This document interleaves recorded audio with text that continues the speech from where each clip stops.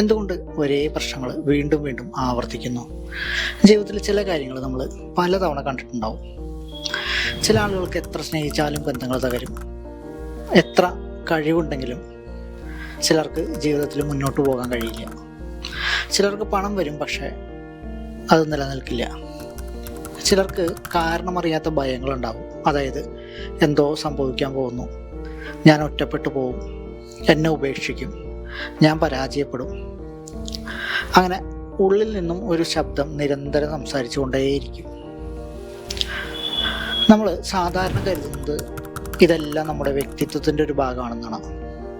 ഞാനിങ്ങനെയാണ്, എൻ്റെ സ്വഭാവം ഇങ്ങനെ ആയതുകൊണ്ടാണ് ഇത്തരത്തിലുള്ള ചിന്തകൾ വരുന്നത്, അതുകൊണ്ടാണ് എനിക്ക് ആത്മവിശ്വാസക്കുറവുണ്ടാവുന്നത്, എനിക്ക് ഭയം കൂടുതലാണ്.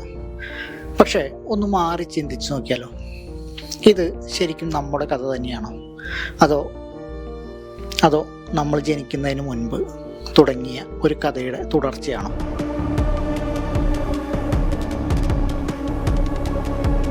ഇന്നത്തെ വീഡിയോയിൽ നമുക്കൊരു പുതിയ കാഴ്ചപ്പാട് പരിശോധിക്കാം. നമ്മുടെ ജീവിതത്തിലെ പല പ്രശ്നങ്ങളും ചിലപ്പോൾ നമ്മുടെ മാത്രം പ്രശ്നങ്ങളായിരിക്കണം എന്നില്ല.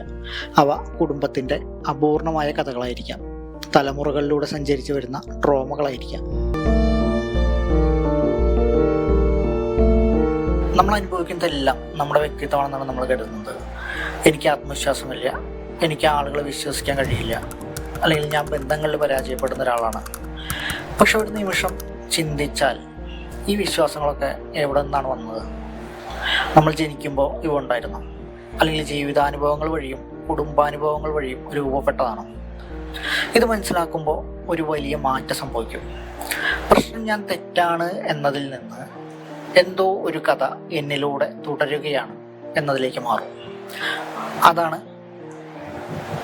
ഇതിനെ പരിഹരിക്കാനുള്ള ആദ്യത്തെ മാർഗം.